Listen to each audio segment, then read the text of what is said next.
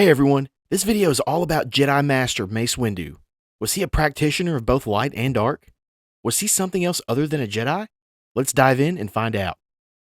I think one thing that we can all agree on is that Jedi Master Mace Windu is one of the most polarizing and enigmatic members of the Jedi High Council. He's an enigma whose personality kind of flips the common portrayal of a Jedi on its head. Yet he's so refined and steady to the point where some view him as the perfect Jedi. It's not just his brilliant purple lightsaber blade or his cold and harsh personality that separates him from the norm. His personally developed style of lightsaber combat also introduces a whole new layer of depth to his character. Mace, as a young Padawan, was described as impatient and passionate for justice. Both of these attributes were chemicals igniting a flame inside of him that, if not tempered, would burn everything in his path. As a wise master and the head of the Jedi High Council, he's a reserved observer, slow to speak and quick to listen. Slow to anger, yet you can see the well-tempered potential for anger inside of him. This is the result of decades of discipline and personal accountability that he expects other Jedi to display as well. I imagine that this could be part of the reason why he lacks trust in Anakin Skywalker. Being more inclined than most other Jedi to release his anger, let's examine exactly how he fights. His lightsaber form, Vaapad.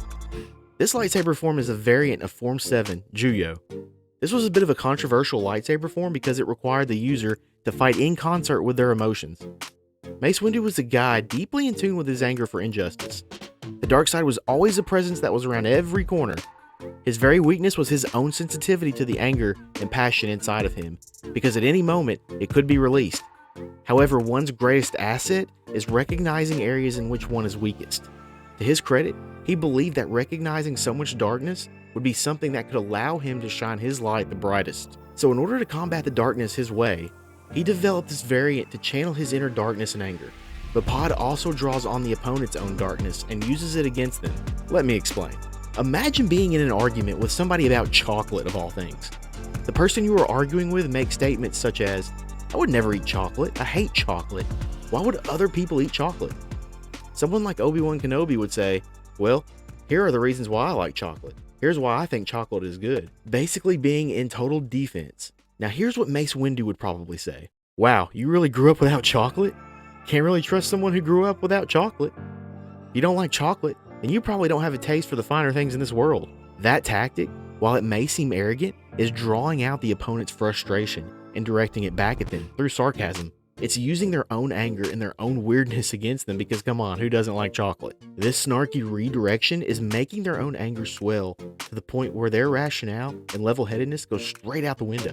At that point, the opponent is no longer presenting facts or even opinions. They're just swelling rage. Then Mace Windu, ever the conduit for light, would end the argument with a, "That's too bad. So many people in this world enjoy chocolate. It brings so much joy to people.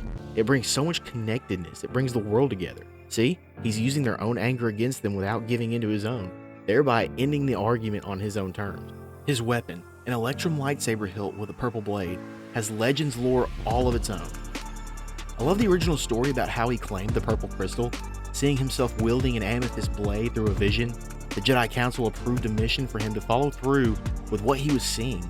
Long story short, the natives of the planet Hurricane presented him with a new amethyst crystal. Canon hasn't quite given us a concrete explanation yet, but I'm hoping that a future season of Tales of the Jedi will give us more closure.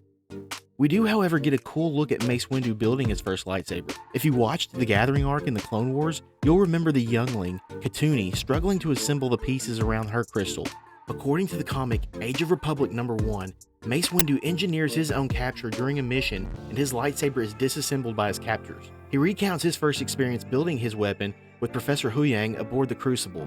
While he struggled to assemble his own hilt, Huyang told him that the secret is that the pieces didn't need to be built by him. It reminds me of the Legends 2D Clone Wars when Luminara tells Barriss, "The crystal is the heart of the blade. The heart is the crystal of the Jedi. The Jedi is the crystal of the Force. The Force is the blade of the heart." So while we don't have a canon explanation yet for how Mace Windu acquired a purple lightsaber, we gather that it isn't the blade that is essential, rather the Jedi who wields it. Mace Windu had a reputation for being a hard-nosed instructor, and his demeanor sometimes makes him void of compassion. But this doesn't mean that he delved into the dark side. The fact that he kept his desires and passion in their proper place and strived to advance the will of the Force staunchly proves that he wasn't a practitioner of the darkness. He did not seek to bend the Force to his own will. That's a characteristic trait of the dark side. He was a Jedi Knight through and through and a worthy champion of the Order. And no, Lucasfilm, if you're watching this video, please do not bring him back. He died exactly how he needed to die. If you like what you're watching, please like this video and subscribe to my channel. I'd be honored for you to trust me with your subscription.